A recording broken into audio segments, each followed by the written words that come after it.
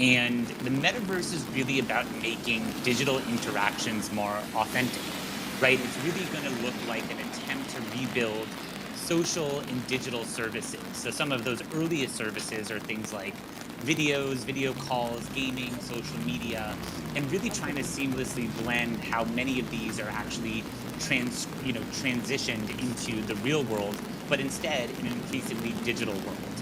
And so I think to really unpack that a little more, everybody listening actually needs to suspend belief a little bit and think about the ways in which technologies have really transformed our experiences over times, right? If you want to think about whether it's us or our parents or our grandparents, they've all had to adapt to a different world. And the world that we were born into has caused us to have to adapt to changes over time as well. And so when we're trying to think about what it takes to actually be in the metaverse, it actually requires us to think about things that we may not ever have thought were possible. So let's imagine, for instance, that you could own land in a digital world that you're never physically going to step foot on. Or perhaps you're going to attend a concert without ever having to leave the comfort of your couch. These are the types of experiences that can take place digitally. And again, as the world goes increasingly digital, and whether that's unfortunately as a result of COVID or just the increasingly digital interaction that we're all finding ourselves using day to day, it's really giving us the opportunity at the earliest onset to use metaverse platforms to really enhance our digital experiences. And so we're starting to see the beginnings of the infrastructure for these platforms to be built. And some of the earliest applications being built in metaverses are things like gaming. And so we're seeing everything from, computer games that have been tried and true and part of our, upbringings and kind of part of, just being a gamer as a kid, all the way to things like casinos, and meetups and concerts and all different kinds of experiences taking place. And so we're again in the earliest days of this, but simply put, people should think about the metaverse as a place for a digital experience to take place and really need to kind of suspend belief in some of the boundaries that the physical world gives us today. Thank you for that. Matt, is there anything you want to add to Michael's response on this? Yeah, I think Michael hit the nail on the head, right, when he said it's about enhancing our digital experiences. So the metaverse isn't going to be, some digital world that consumes our entire consciousness, right? It's going to be a series of applications and integrations that can either allow for new applications to be built on top of or to enhance the existing digital applications that we're currently using in our daily lives. Allow for Now, new myself, I haven't really ventured into too many of the metaverses, but there's two that I tried out. Decentraland, recently I've been in there a couple of times and I've seen some, companies advertising in that space. It's remarkable already the companies that are, plugged into this. I think the main area where you land, um, there's actually like a radio sound and there's commercials in between music playing in there. So I think that kind of just blew my mind. But for some of us still standing on the outside, maybe looking in, I know Grayscale has a trust for this, but in general terms, when we're thinking about old metaverses, what are some of the ways of gaining exposure to these platforms as in terms of investment opportunity? Sure. Well, I think, Layla, one of the things I just wanted to highlight in what you just said about companies advertising in the metaverse and things like that, there's kind of two components or really two themes that we see from our seats happening in these platforms. So on the one hand, the same way that when new social media platforms are developed, or there are new platforms in general that individuals are using, there's very often this kind of rush of a land grab so that people can kind of acquire the handle, the avatar, whatever it may be, so that they can cement their profile for a given platform as it's launched. So we saw that on things like, different platforms that have come up over time, whether that's TikTok or Instagram or, even Twitter. And so there's a little bit of that going on in the metaverse for sure. But beyond that, it's not just about people ensuring that they are putting a foothold in the metaverse. they're actually starting to give experiences in the metaverse. So it's companies like Sotheby's.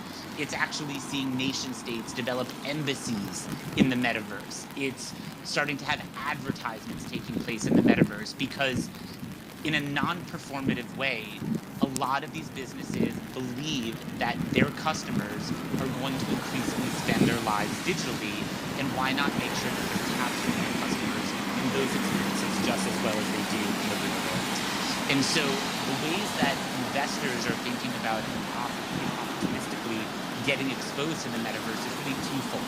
So on the one hand, if you think about what it was like in the early days of the internet, if we had all known that the internet would become such a staple of our everyday lives, we all wish we would have back then bought every domain name under the sun, right? We would have bought Amazon.com, we would have bought Google, we would have bought all of these super, super valuable properties, but unfortunately many of us didn't.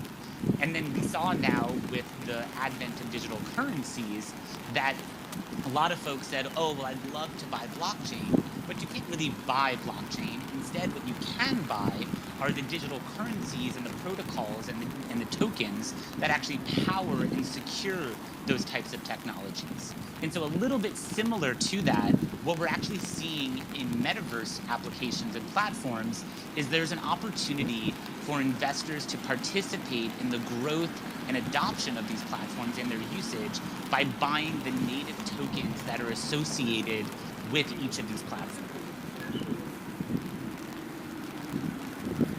Sorry, I think everyone accidentally got muted there. Michael, Oh, no worries. you want? Yeah, so I was just saying, in the case of Decentraland, there's a native token called Mana, and investors can actually participate in Decentraland using Mana, right? They can use it for experiences, they can use it for goods and services, but there's also this additional opportunity in metaverse platforms like Decentraland, which is really interesting, where you can actually use that native currency to also buy plots of land in this very defined universe of space in the Decentraland platform itself. And so investors really do have two opportunities here.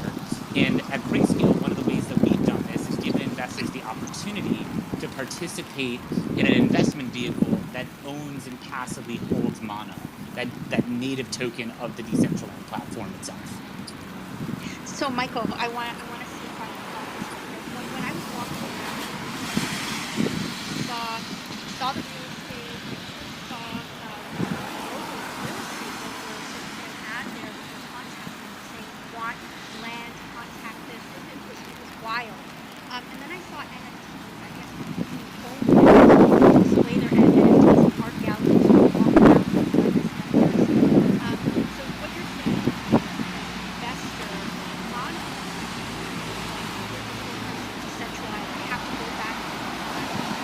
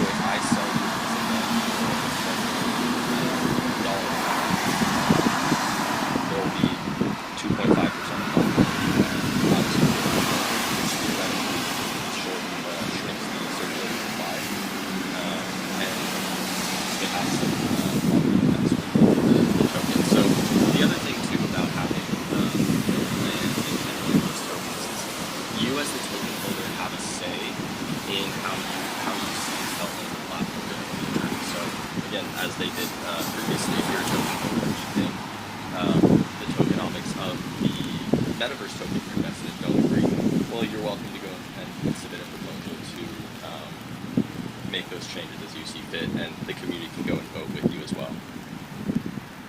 Thanks for that clarification, Matt. It's interesting because with every metaverse, every time I talk to an investor, depending on the kind of, a lot of the people that are early investors in these tokens, they're gamers or they're interested in the gaming space, and they're investing in each platform based on, what they appreciate about it, whether it's the options to do certain things or whether it's the high quality graphics.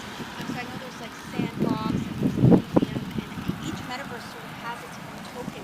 And this can become really confusing to maybe an investor standing on the outside who maybe isn't a gamer but wants to invest in the gaming sector. What would you say, maybe Michael or Matt, would be some of the main